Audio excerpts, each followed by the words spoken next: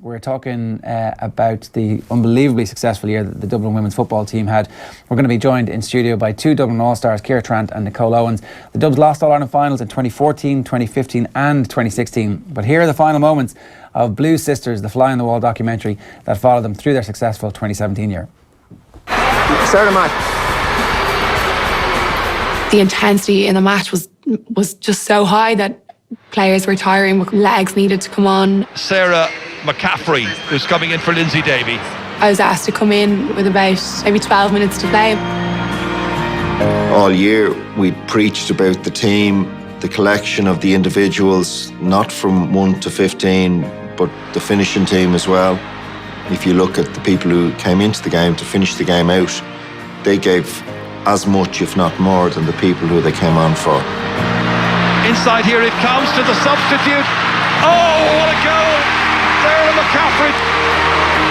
The history of this team over the last number of years, having lost big games and lost them in the closing stages, we had put a big emphasis on the final 10 minutes of the game, and we felt coming into it that we were in really good shape, and we felt we'd close the game out well.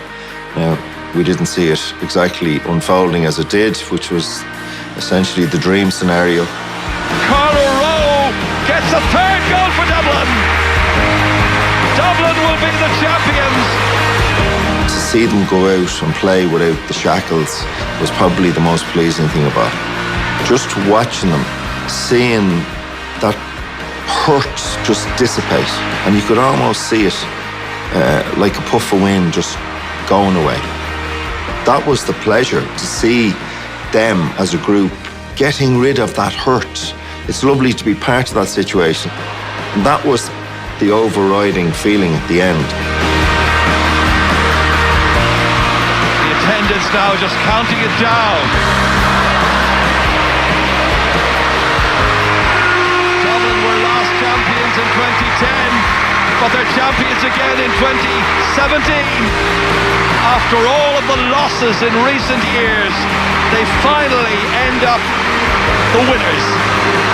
And when that whistle went, it's just the emotion within the team was just unbelievable. It was brilliant. It was great. It was so good. Previous 2 years, I couldn't wait to get off the pitch, and this year I just wanted to savour every moment. You're playing with your best friends and they're your family, and you do anything for each other, and to finally get over the line as a team, I think it's something that we'll always have that bond with each other forever now.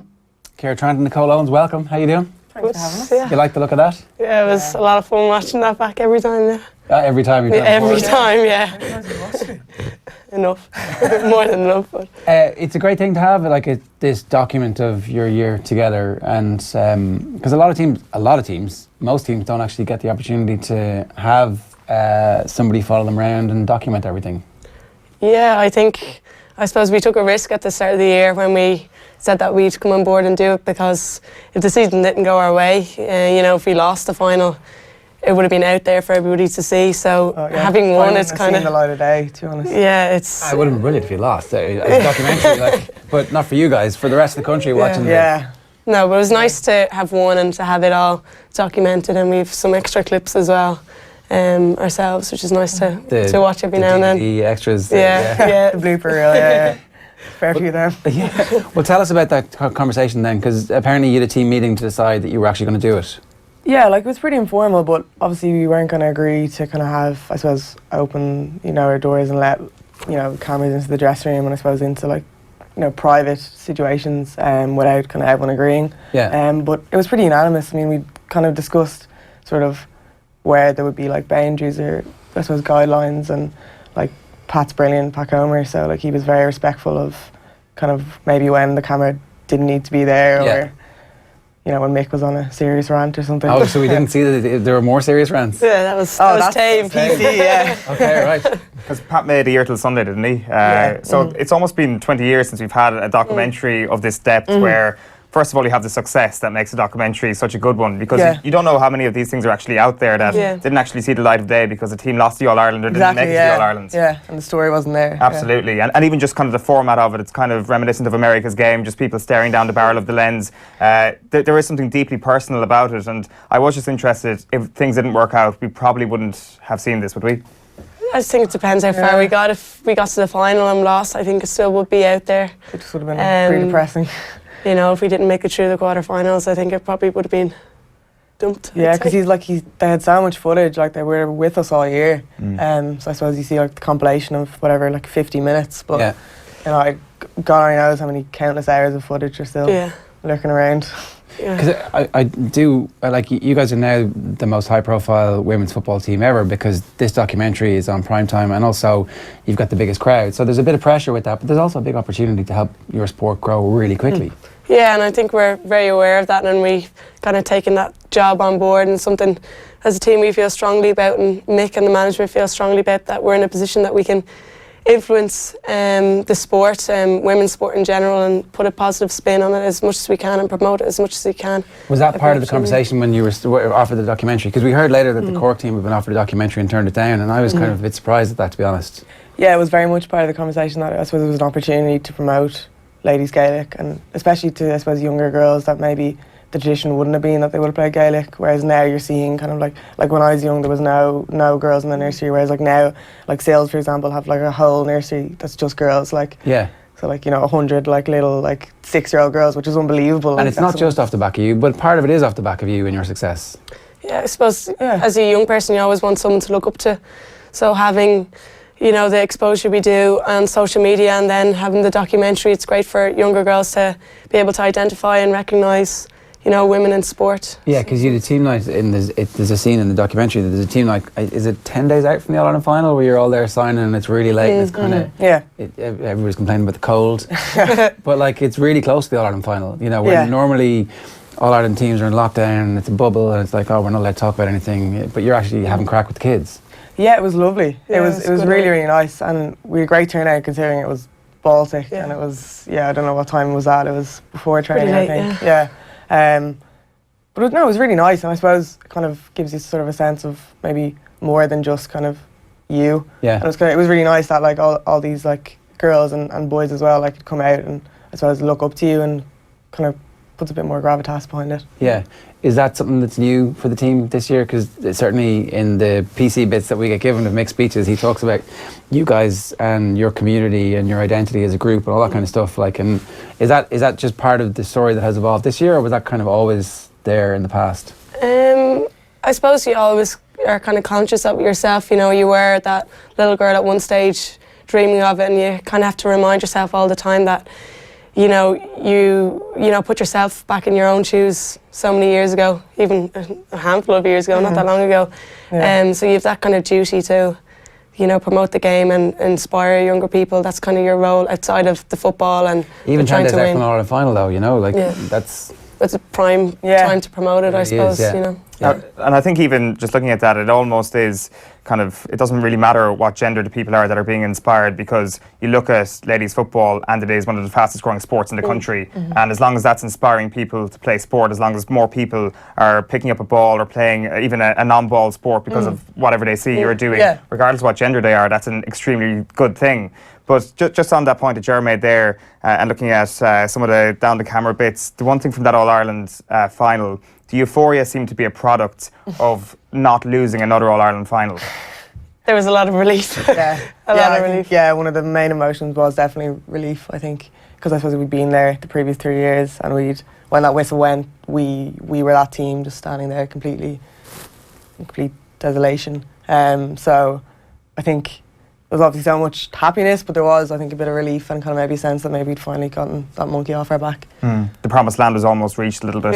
Yeah, exactly, Because they say you remember your defeats more than your victories. It doesn't seem that this is going to be the case. It seems like September this year is going to be the moment you kind of remember forever, because it comes on the back of defeats potentially. Yeah, and I think with defeats, you kind of, I suppose in Croke Park, you want to savour every moment and, you know, take in as much as you can, but when you lose, you want to really forget that you were ever there, that it ever happened. So it's nice to you know, be lying in bed at night and kind of thinking back on, I remember that happened and wasn't that great, and you know, little clips we have on our phone and even the documentary, it's great watching them back. We do it on the bus or. But even like someone asked me, was it an anticlimax when we finally won? And it just wasn't. There was just no sense of anticlimax, and it took weeks and weeks for it to sink in. Didn't look anticlimactic. No. Yeah. You definitely seem to be having the crack in the changing room afterwards. Here, why did you win this year compared to other years? Like, what's different? I don't know. I've been asked before, what's the secret? I don't really know. There's nothing you can really put your finger on. I think it was just hard work. Did you become better footballers? Because it seems early on there's a Mick Bowen's kind of like, you guys aren't as good as you think you are element a bit to what he was saying. I still think he believes we still aren't as good as... Yeah, we'll never be as good as Mick wants us to be. But no, I think he focused, he really kind of broke it down and went back to the foundations, and maybe some of the reasons why, like technical reasons why we might have lost matches in the past. So we really almost went back to the start. Like we were out in November doing skills training, which we're back doing now, but and that massive And how did you guys take that when he comes in and says you guys need to work on your skills? Like, are you a humble enough team after reaching 3 All-Ireland finals? You don't have much of a choice with me. No. you do what you're told. Yeah. No, personally, I was happy. I think it was something we had to chase more. There was a lot of nerves, I suppose, at the start. He was pushing us from day one. There was no easing in period, which was nice. We had to learn fast, become better footballers really, really quickly, and he set the bar extremely high. And he's got a big reputation, so coming into you guys beforehand, you kind of knew who he was. Yeah. I'd heard that he was a brilliant coach. So I think some of the lads had him before and just said he was brilliant. Yeah. He came in and he's very good. I don't want to blow up his ego too much now, Tommy, our producer, has worked with him a bit at DCU and said that he would have been scared of him a little bit. Yeah, he was saying that. I think we all understand where Mick comes from and what he says. There's always a lot of rationale, and he makes things very clear for you to understand. There's always a point to what he's saying. I don't think you can ever disagree with his point of view or his opinions or stuff. I think he's always dead on. Not to his face, nod and smile. But his philosophy is very interesting, particularly at the time he's taken you over, because it seems certainly this decade there's been a big influence on conditioning and being the biggest and the fastest and the strongest, whereas Mick famously has his ball method, which is beats any long laps. I presume that comes through almost immediately. Yeah, well, I suppose so. Mick is very focused on the skills, and everything we do is with 2 footballs usually. But we also have Ken as well from DCU who knows the dimensions of every pitch in Ireland. Yeah, exactly. Yeah, but he does we're still doing all the long ones and everything. Ken covers that angle. So we kind of had this year. I think was brilliant. We had the strength, conditioning aspect of it, and then skill aspect. I think that's probably why that all came together. And as a team, we really linked in together. That using the 2 ball drill. Another thing Tommy told us about, that's an interesting one. I hadn't heard that before. Is that like a Mick Bowen speciality? I think it is. He's pretty trademarked at this point. Yeah. It's very good though. It's because you just become so used to having to use both sides of your body, and it's something that probably none of us were taught enough when we were younger to automatically you can be very predictable if I'm right footed and I always go right. The defenders know where I'm going, whereas now you're becoming more used to moving the opposite way, just because you have to solo with your left and you have to bounce with your left. Those drills are on YouTube. Owen found them this morning, so all your opponents are going to be watching now. Let's jump into half-time in the All-Ireland football semi-final. The Dubs are 2-6 to 4 points up against Kerry, and here's the speech. Forget about the score. You're going out for 33 or 34 minutes or whatever he decides he wants to play, as hard as you can go. Your standards, your town, your people. This is what you got involved for, not their standards, our standards, all right? Now you rise the tempo. You bring the tempo of this squad into that stadium for the next 33 or 34 minutes. And when you have no energy left, next man up, next man up, next man up. Relentless pressure for the next 34 minutes. Now look at each other and promise each other for 34 minutes you're going to open your shoulders and play. And if you're not... Our foot is on the jugular now. So what are we going to do? Are we going to drive it home, or are we going to let them back into this game? This is about us. This is about what we do when we go out there. So let's keep our standards up here, right? What we are Nicole Owens. Son Lewis to get Owens. Desher Khul. Lorna Khatsa. Shit, man, a good pattern to. Good girl, Nicole. Go on. Go again. Go again.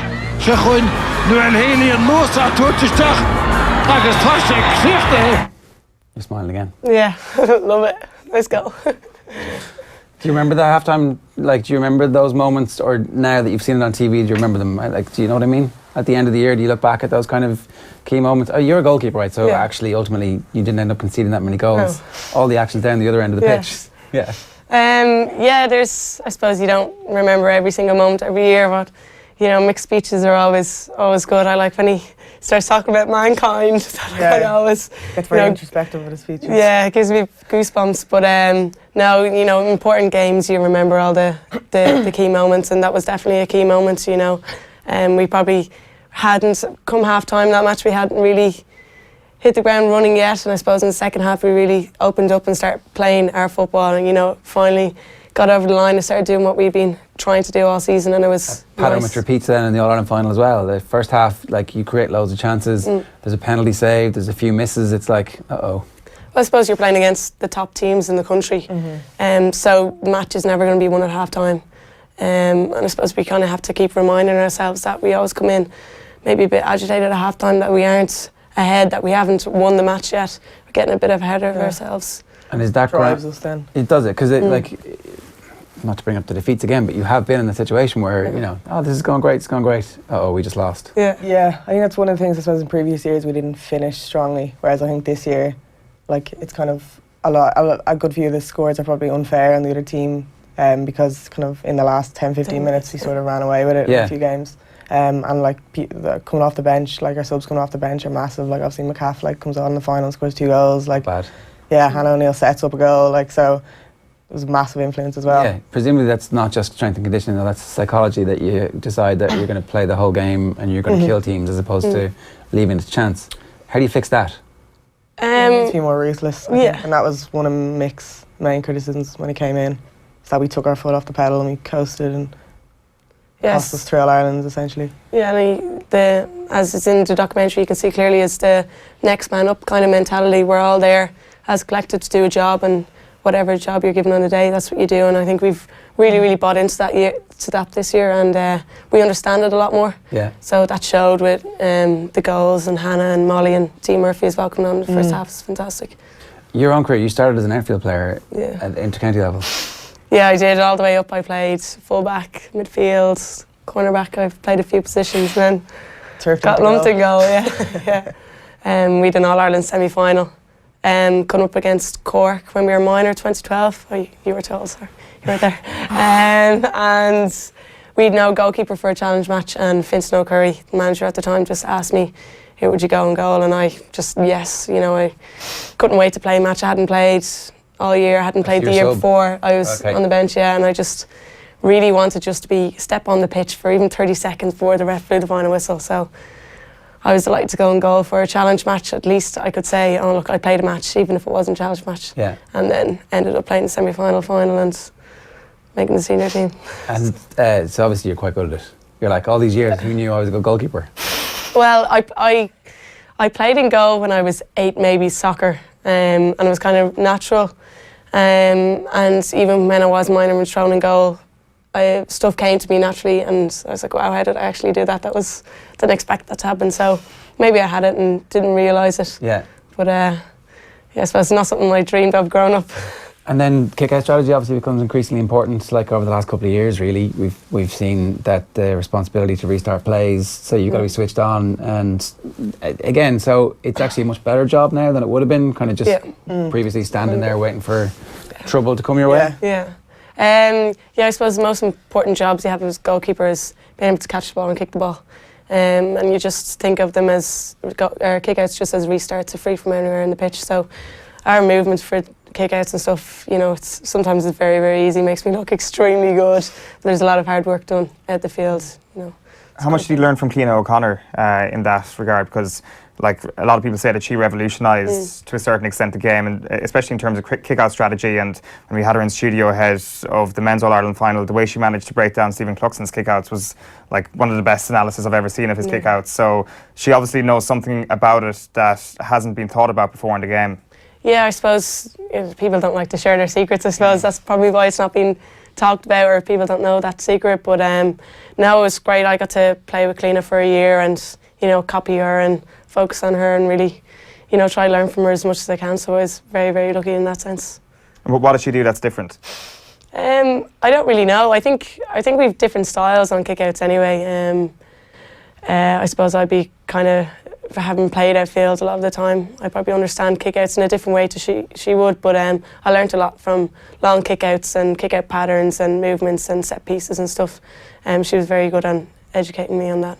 Did your style of play change this year? Did you become a more running team? Yeah, I think it did. I suppose we kind of developed maybe a bit more of a sense of creating space for each other. When he's talking about the triangles, you're kind of and thinking that's obviously something that they've worked on. Yeah, yeah, a lot. A lot of triangles.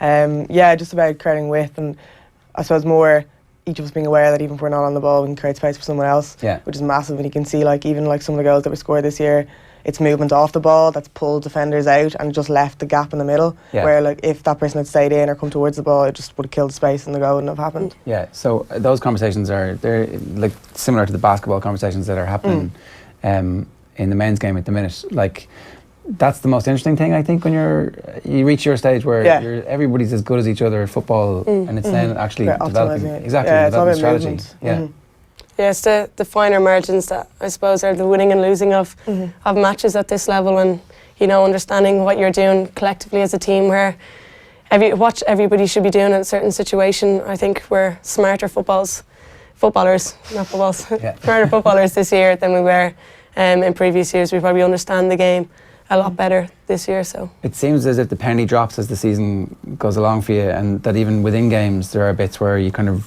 because habits are ingrained from the time you're kids, so you go and you chase the ball because that's what everybody's taught when they're first done, as opposed to hold your position. So it definitely seems like this is something that's unlocking your potential, as opposed to it has already, that like this isn't finished for you guys at all. Yeah, no, Mick would say it's definitely not finished. We're getting started. He's got a load of concepts that he's working through a list on with us. But yeah, you could see, like, throughout the year, I suppose everyone just got used to, and it became more ingrained, kind of the like patterns he was teaching, even kind of like, when you give the ball and moving instead of like sort of taking yourself out of the play. Even if you're looping around, like you're pulling out a defender. So all those kind of little things that just became so ingrained that now you don't think about. It seemed like we saw it in that halftime speech there that, like against Kerry, it was more, we play at our pace, we think about ourselves, don't worry about them. If we play at our pace, we're going to beat these guys. You look at the All-Ireland final, and surely before that game you were thinking about Cora Staunton in some respect. Or do you completely forget about that? Do you just think you're just focusing on yourselves? But surely a player of that quality, you have a plan. I know she ended up kicking 7 points, but there must have been some plan in place. Well, I suppose myself, I was focusing on my own game, but I mean, there was a plan in place to suppose deal with her. Like, she's obviously a massive threat for them. But I mean, I think the plan is pretty effective. I mean, our defenders were brilliant, and I suppose it was all about working as a unit. And I mean, she's not their only danger, but she's kind of their go-to player. And you saw, like, there's some brilliant, even in a documentary and the kind of videos we'd have from the final, some brilliant just like strips or hands in or just crowding her out as well. Again, like, we want to create space for ourselves, but take away all their space. Because there seemed to be a little bit of, I don't know, was it the media getting lost in translation beforehand, that there seemed to be some mind games from the outset, but I don't think it really was that way when Mick was speaking afterwards, was it? No, I think misinterpreted, I think. Yeah. Because he said that she could have influence over potentially the game, and then that got misinterpreted as potentially influence over the referees. Like, was that something you thought about at all, that potentially this is a very high profile player that... No, like, I think... we didn't really become too exposed with ourselves. I was avoiding everything before. I didn't read any of the coverage before. I think Mick did get misinterpreted it, but we only became aware that it's more after the game. It's not something we focused on too much. I think that's all for the media, and it's nice to write stories and have things to talk about, something interesting to make headlines. But we would encourage them to say this kind of stuff next year, by the way. This is not in any way to discourage them. Just to round off that point about the motivation for coming back after 3 defeats, like having somebody come in and say you can get better and this is how we're going to do it. There is a bit of like, we have to trust you because we're going to give ourselves to this thing again, with the possibility that actually we could face a 4th defeat. Like, it wasn't guaranteed that you were going to win this at any point during the year. So, like, why did you decide all to come back collectively at the start of the year? I think I think it's easy with the team we have and the players we have. You know, 3 All-Ireland defeats, because that breaks a lot of people. It's your friendships. You know, a lot of us have grown up together, seen each other more than we see our families. You know, so it's hard on the off season. It's hard in January. You know, thinking how long the season's going to be, and it's cold and it's wet, and I don't want to be here. But we have great friendships, and we enjoy spending time together, and that kind of makes it easier. That, you know, last year's gone. Let's move on. We know we can be a great team and achieve great things. So, and like individually, like you love playing football and you want to play at the highest level. So I suppose it's almost like a challenge every year to come back and try and get better, because you're never going to be the perfect footballer, and that's in itself, that's the beauty of it. And did you hate that Cork team? Like, did you come to hate that Cork team? Probably a little bit, because they kept winning All Irelands on us, but their record's immense. Like for any team in any sport around the world to achieve what they've achieved deserves massive credit. You know, so no, it definitely does. It's fantastic. You know, I think the rest of the country hopes that they come back, so that there's a I'm sure they will. Yeah, no doubt they will. Yeah, they're not gone by any means. You know, there's a couple of teams in their country, and there's a kick of a ball between us, and we've all been playing catch up on Cork. So it's tough every year. The championship season is a bit spread out and a little bit chaotic, it seems. So what's the fix?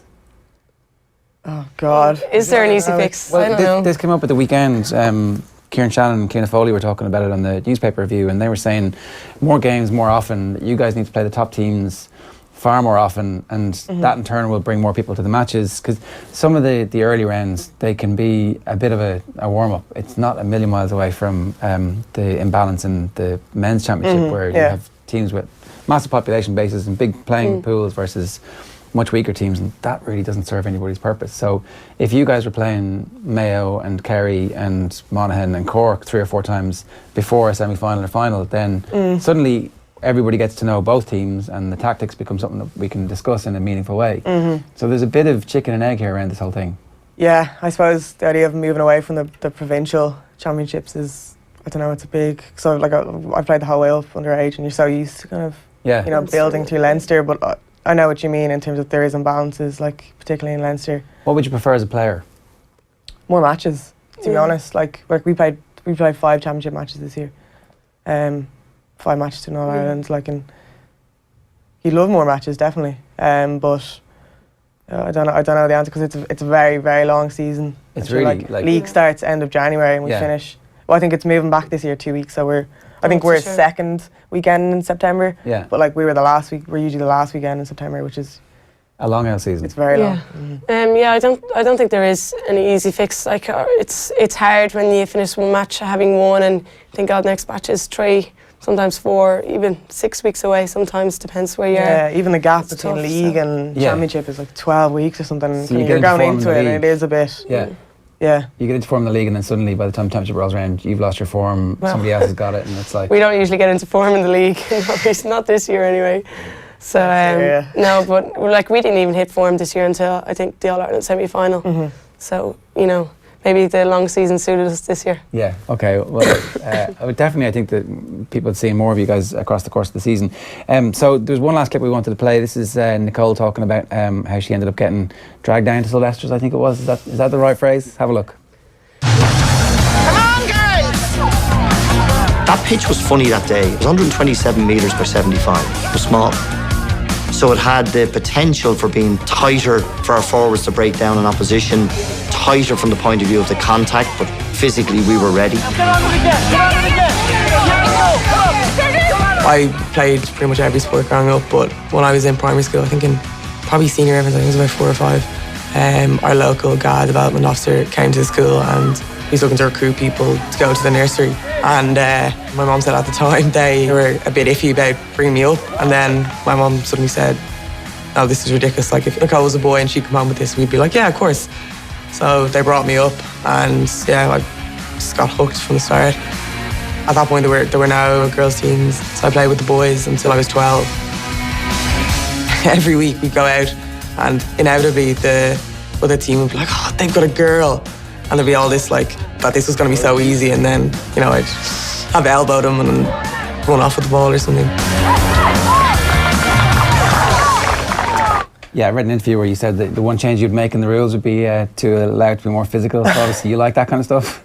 No, actually, like I don't like a physical player, but I think they're kind of, it's almost sometimes some refs maybe can treat us almost with kid gloves, and I think there's definitely a leeway. It can be a bit more physical. Like at the end of the day, like kind of nowadays everyone's like in the gym. Yeah. Like, you know, we're all strong women at this point, so I think we can take a shoulder. Like, just on that point though about kids, and now you're saying that there are nurseries, and the girls and boys are split really early in the GA. Still, it's like under 6, they're kind of never the twain to meet. But it clearly didn't do you any harm.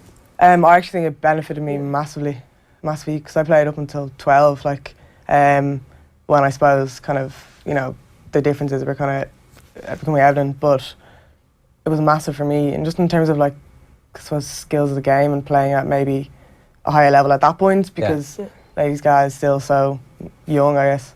What do you think? Yeah, I agree. I think if you were to go down to any club in Ireland, there's a vast difference between the skill levels at the boys' game compared to the girls' game, and that's something we do have to chase.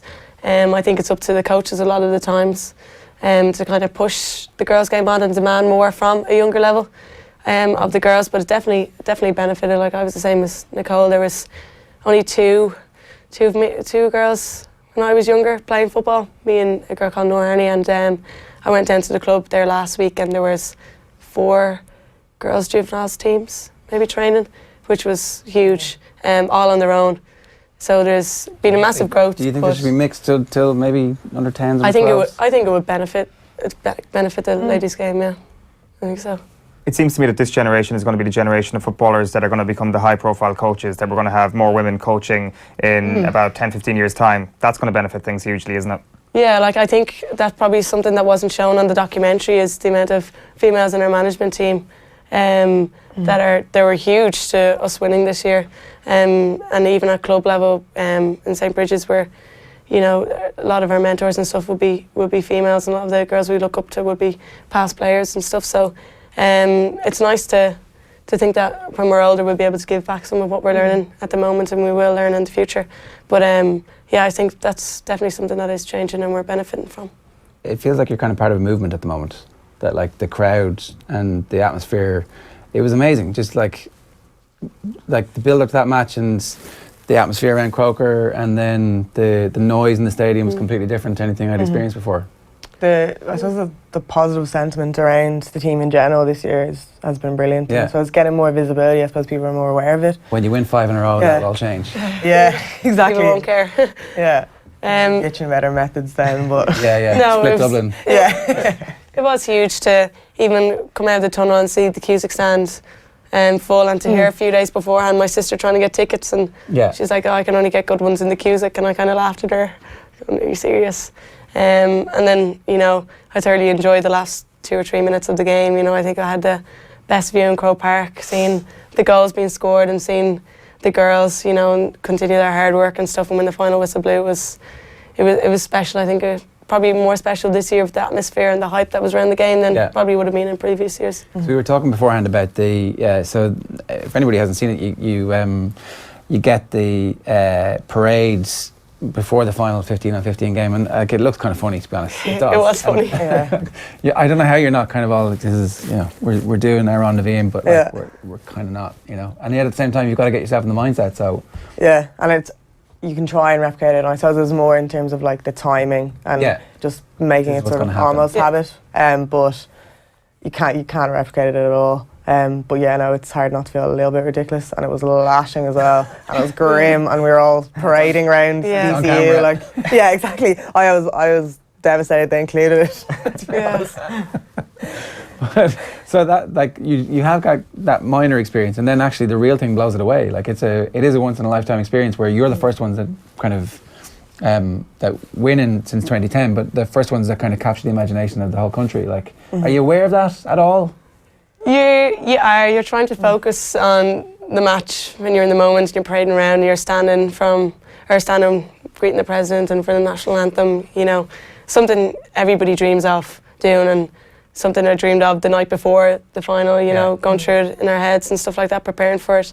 But you're trying to focus on the game and nearly forget that. But it's nice to look back and say, no. Yeah, it was even I've almost done that. kind of since the final, I suppose, you realise the magnitude and the effect that it's had. And obviously, the documentary was brilliant in terms of giving visibility for us. Like over 250,000 people watched it. So yeah, and it's there forever.